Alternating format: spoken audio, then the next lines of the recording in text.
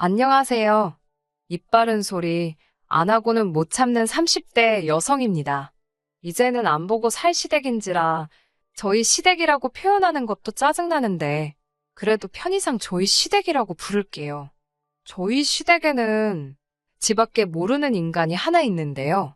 남편의 형, 그러니까 아주버님입니다.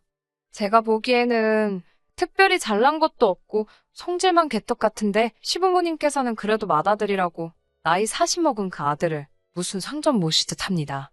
제가 이렇게 사연을 쓰게 된 것도 어떻게 보면 시부모님 때문이기도 하네요. 자기 자식 안귀한 부모가 어디 있겠어요. 그렇게 생각하자면 저희 시부모님이 아주버님한테 꼼짝 못하는 것도 아주 이해 못할 일은 아니겠지요. 하지만 시부모님한테 아들이 저희 아주버님만 있겠어요? 그러면 제가 이렇게 사연을 쓸 이유가 없지요. 제가 열받는 건 저희 남편에겐 형인 아주버님도 있고 어린 여동생, 그러니까 시누이도 있습니다. 저희 시부모님은 맏아들은 상전 모시듯 시누는 무슨 공주 키우듯 하시면서 저희 남편만 찬밥 취급을 하시더군요. 저희 남편이 어디 못난 구석이 있는 것도 아닙니다. 제 눈에 안경이라 하실까봐 객관적인 사실만 먼저 말씀드릴게요. 둘째인 남편은 세 남매 가운데서 제일 좋은 대학교를 졸업했습니다. 유학을 가고 싶었는데 시부모님께서 돈이 없어서 못 보내주신다 하셨대요. 하지만 그 무렵 아주버님께서 사업을 한다고 난리를 쳐서 시부모님이 지금 사시는 아파트를 담보로 1억을 대출받아 지원해 주셨다고 하더군요.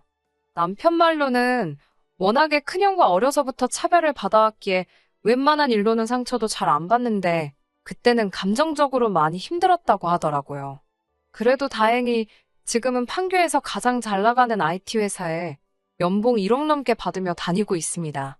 아주버님 사업은 결국 망해서 본전도 못 건졌어요. 평생 시부모님이 주시는 용돈만 쓰고 살았지 어디서 제대로 아르바이트도 안 해본 사람이 갑자기 무슨 운동기계를 가져다 판다고 설쳤으니. 뿐만 아니라 신우에 대한 아버님 어머님의 지원도 장난이 아니었어요. 대학생인 신우는 어느 다른 여대생들처럼 외모를 가꾸는데 관심이 많았습니다. 저도 그런 시절이 있었으니 당연히 그 마음 이해하지요. 하지만 제가 지금 연봉 8천을 받으며 회사 생활을 하고 있는데 이런 저도 2, 300만 원짜리 핸드백은 선뜻 사기가 어렵거든요. 신우는 거침이 없더라고요.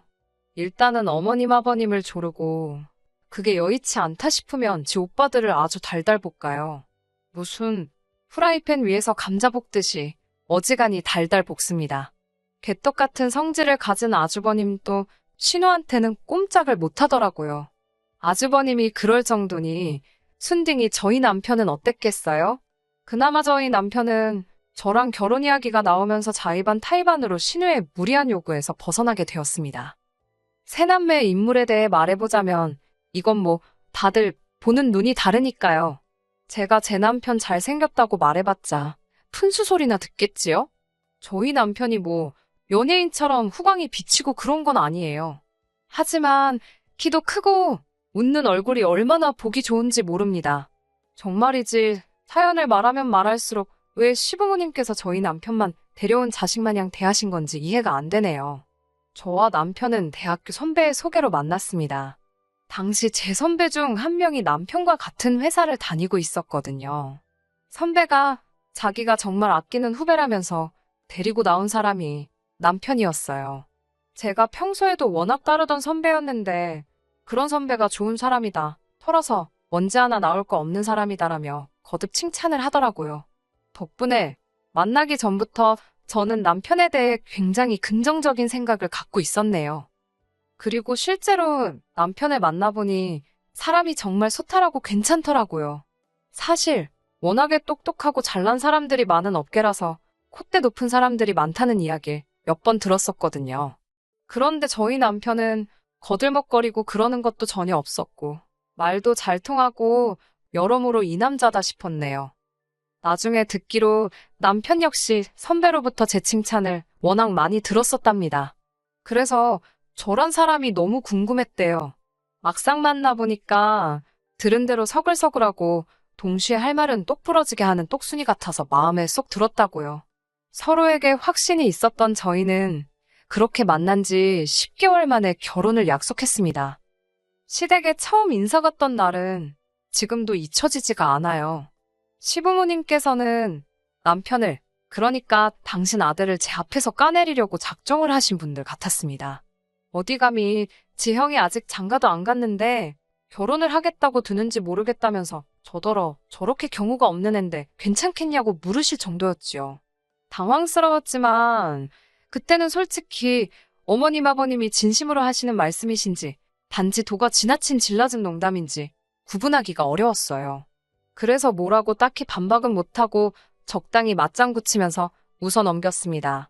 하지만 어머님 아버님과 몇 번의 대화를 하면서 진심으로 당신 둘째 아들 기분은 안중에도 없으시다는 걸 알게 되었네요. 그리고 그런 어머님 아버님의 태도는 저로 하여금 왠지 모를 정의감을 느끼게 했어요. 이곳에서 남편을 구해줘야겠다. 저만큼은 남편을 1순위에 두고 사랑을 줘야겠다. 그런 의지를 갖게 했네요. 솔직히 결혼 준비를 하면서 남편이 왜 유학을 가지 못했는지 들었던 터라 금전적 지원에 대한 기대는 일절하지 않았습니다.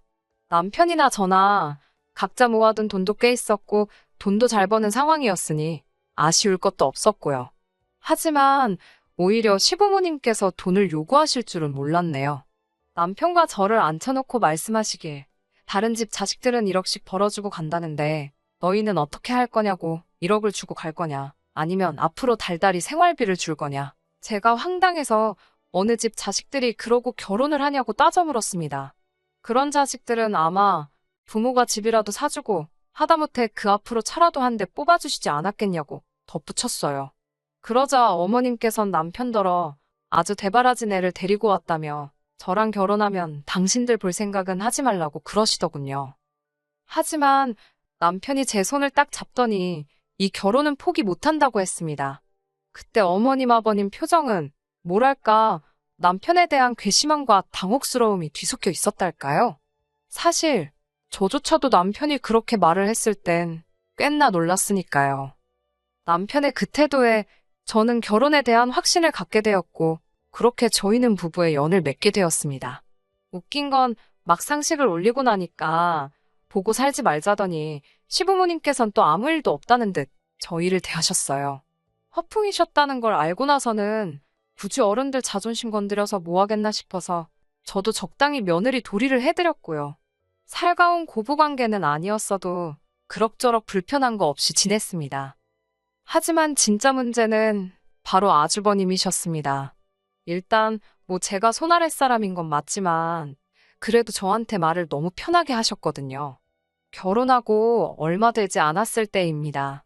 시댁에서 다 같이 모여 식사를 하는데 저더러 어이 나 물 좀 정확히 이렇게 이야기를 하더라고요. 처음엔 그래 재수씨라는 호칭이 어색해서 그런가 보다 싶었습니다. 그런데 그게 아니었지요. 어이 소리를 3번 듣고 나서야 이건 아니지 싶어서 아주버님께 저한테 재수씨라고 부르면 된다고 알려드렸습니다. 반말도 하지 마시라 했고요. 그러자 아주버님께서 나이도 한참 어린데 씨는 무슨 씨, 그리고 그럼 나더러 존대를 하라는 거냐고 눈을 부라리며 묻더라고요.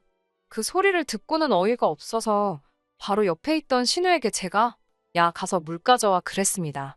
신우가 눈을 동그랗게 뜨고는 절 쳐다보길래 그래 너 말야 가서 물 떠오라고. 아주버님이 식사 시간에 저에게 했던 그대로 신우한테 해줬지요. 시부모님하고 아주버님의 반응은 정말 가관이었습니다.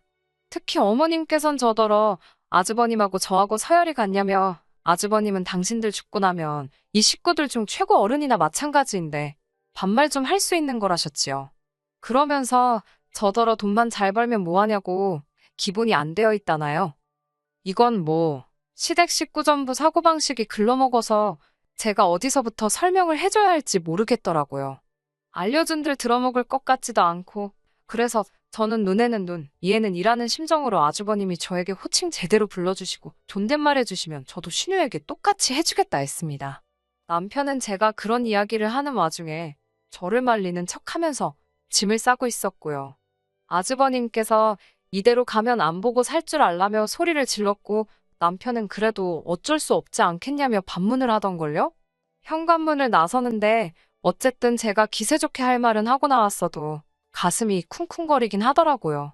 괜히 나 때문에 우리 남편이 더 미움 산 거 아닌가 그런 생각도 들고 그런데 남편이 저더러 잘했다며 미안하답니다. 제가 그런 이야기를 하기 전에 자기가 먼저 나섰어야 한다며 앞에서도 말씀드렸다시피 아주버님은요 시부모님이 하도 오냐오냐 키우셔서 그런지 무서운 게 없어요. 하지만 그건 어디까지나 그 집안에서 알아서 할 일이고 저는 그 꼬라지를 받아줄 생각이 전혀 없었습니다. 그리고 한 일주일쯤 지났을까요? 이번엔 웬일로 아버님께서 전화를 걸어 오셨습니다. 저더러 아주버님이 자존심이 세서 그러니까 저더러 먼저 아주버님이 사과할 수 있게 판을 좀 깔아보라셨어요. 덧붙이시기를 당신이 생각해도 이번엔 아주버님이 실수를 했다며 당신이 대신 사과하신다고요. 생각지도 못하게 아버님이 먼저 미안하다 하시니 며느리 입장에서도 무조건 싫다 안 된다고 버티기가 그렇더라고요. 한편으로는 그래 이 정도면 아주버님도 지가 실수했다는 생각은 하고 있겠지. 그런 믿음도 있었고요. 그래서 알겠다고 말씀드렸습니다. 아주버님께 그날은 아주버님도 저도 감정적이었던 것 같다고 중간에 다른 식구들이 얼마나 불편하겠냐며 얼굴 붉히는 일 없이 지냈으면 좋겠다고 문자 한 통을 넣었습니다. 그러자 아주버님께서 알면 됐다고 답장을 해왔어요. 답장을 확인하곤 기분이 쎄하더라고요. 이 인간이 말귀를 알아들은 건지 아닌지 그래도 또 그걸 따지고 들 수는 없었으니 그대로 유야무야 지나가게 되었습니다.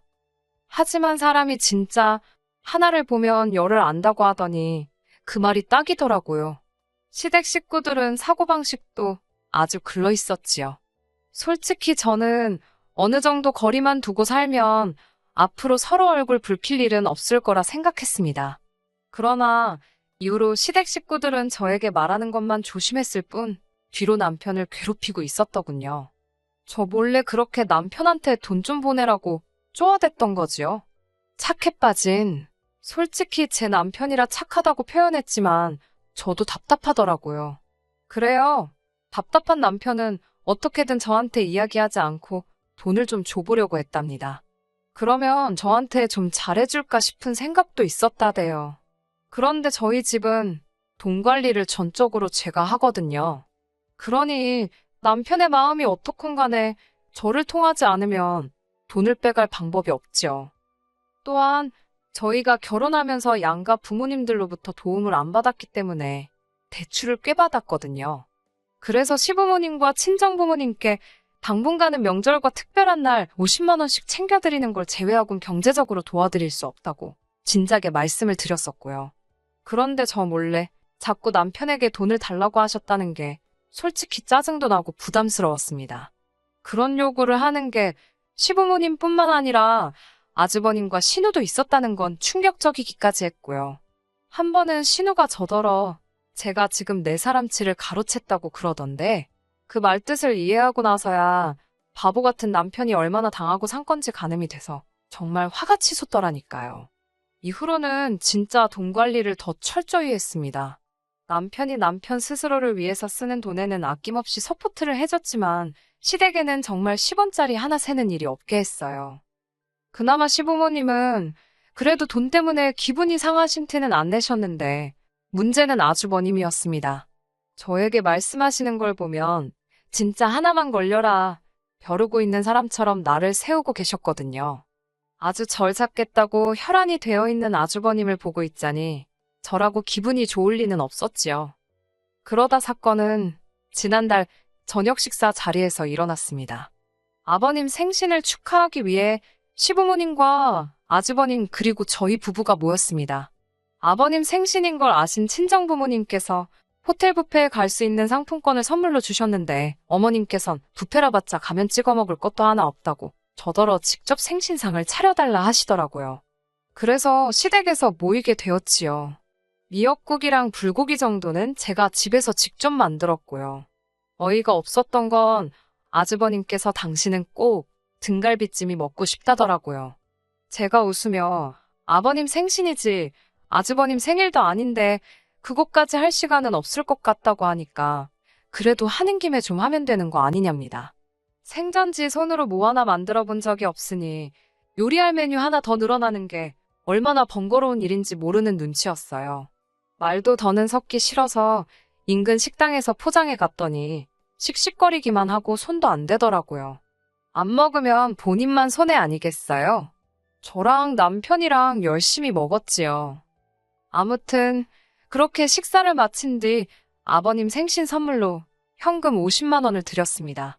아주버님께선 저희가 아버님께 돈 봉투 드리는 걸 보면서도 뭐 하나 꺼낼 생각을 안 하더라고요. 코딱지만한 거라도 본인이 하면 생색을 내지 못해 안달인 인간이 저희 몰래 아버님 생신을 챙겼을 리도 없고 제가 아주버님께 무슨 선물을 하신 거냐고 면전에 대고 물었습니다. 그러자 저희를 어이없다는 듯 재려보기만 할 뿐 별말 못하던걸요? 그렇게 시간이 흘러 어느덧 시계를 보니 10시더라고요. 시댁에서 저희 집까지는 빨라도 1시간이 걸렸고 바로 다음 날은 저희 친정어머니 생신이셨습니다. 생신 축하 겸 해서 친정부모님과 저희 부부가 같이 서울 근교로 1박 2일 여행을 가기로 되어 있었고요. 참고로 저희 친정부모님이 여행 경비 전액을 부담하시는 여행이었습니다. 저는 남편에게 이제 슬슬 가자고 신호를 보냈어요. 가서 빨리 짐도 싸야 했고 여러 가지로 마음이 바빴거든요. 그런데 그때 신우가 아주버님께 전화를 걸어온 모양이었습니다. 대학교 동아리 활동을 열심히 하던 신우는 아버님 생신과 동아리 설립 5주년 기념식 사이에서 고민을 하더니 아버님 생신은 매년 돌아오지 않냐며 동아리 기념식에 참석한 상황이었거든요. 시댁 식구들 그 누구도 뭐라 하는 사람이 없었으니 제가 보기엔 이해가 안 되었어도 뭐라고 한마디 하기도 그렇더라고요. 그저 속으로 여러 가지 의미로 신우도 대단하다고 생각만 했네요. 신우의 목소리가 어찌나 큰지 전화기 너머로 다 들리는 상황이었는데 목소리가 잔뜩 취해 있었습니다. 신우는 저희 남편도 지금 와 있는 거냐며 둘째 오빠 보고 싶다고 애교를 부려댔어요. 하지만 저희는 빨리 일어나야 했기에 대충 그러냐 대꾸만 하고 시댁을 떠나려는 참이었지요.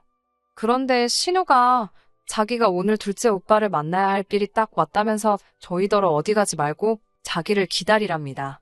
그러고는 전화가 끊어졌어요. 저는 술 취한 신우의 어설픈 앙탈 정도로 생각하고 집에 가려고 했습니다. 그런데 어머님께서 저희더러 이렇게 된 거 신우를 기다렸다가 보고 자고 가라셨어요. 그러면서 너는 신우가 지 오빠 보고 싶어 죽겠다는데 왜 둘 사이를 갈라놓으려고 하냐입니다. 저는 어머님께 아시다시피 내일 친정어머니 생신이라서 집에 가서 정리를 해야 할 것 같다고 다시 한번 설명을 드렸고요. 그러자 아주버님께서 저더러 아주 보자 하니까 제가 시댁 식구들 알기를 발톱의 때만도 못하게 보는 것 같답니다. 그러면서 저더러 싸가지 없는 X라고 하시더군요. 제가 어이가 없어서 지금 뭐라고 하셨냐니까 싸가지 없는 X라며 젊은 게 아주 지 고집대로 하려고 든다고. 어이가 없어서 진짜 지뚱불인지 모른다더니 누구더러 헛소리를 짓거리나 싶던걸요? 제가 지금 당장 사과하라고 그렇지 않으면 가만히 있지 않을 거라고 했습니다. 하지만 아주버님은 끝까지 내가 너한테 윗사람인데 아랫사람이 싸가지가 없으면 한마디 할 수도 있고 필요하면 때릴 수도 있답니다. 사랑에 매라나요? 제가 진짜 그 말 듣고 눈이 돌아갈 뻔했습니다. 그런데 그때 순식간에 상상도 못한 일이 벌어졌어요. 저희 남편이 아주버님 얼굴에 냅다 주먹을 날렸거든요. 누구 하나 말릴 새도 없었습니다. 쓰러진 아주버님은 자기 턱인지 볼인지를 부여잡고 어처구니가 없다는 표정으로 남편을 째려보았고 시부모님께선 냅다 저희 남편한테 제정신이냐고 네가 뭔데 형한테 그러냐고 악을 쓰시더군요. 그러자 남편이 일어나려고 하는 아주버님을 한 대 더 쳤습니다. 그리고는 그래도 한 핏줄이라서 사람 대접해주고 살았더니 정신도 못 차리고 못같이 산다면서 그리고는 남편이 저에게 가자고 하더라고요. 상종 못할 사람들이라면서요. 그렇게 집으로 돌아와 속에서 불거져 나오 분노를 억누르고 있었습니다. 하지만 남편은 무슨 일인지 콧노래를 부르고 후련한 얼굴이더라고요. 그리고 이튿날 저희는 예정대로 친정부모님과 여행을 떠났네요.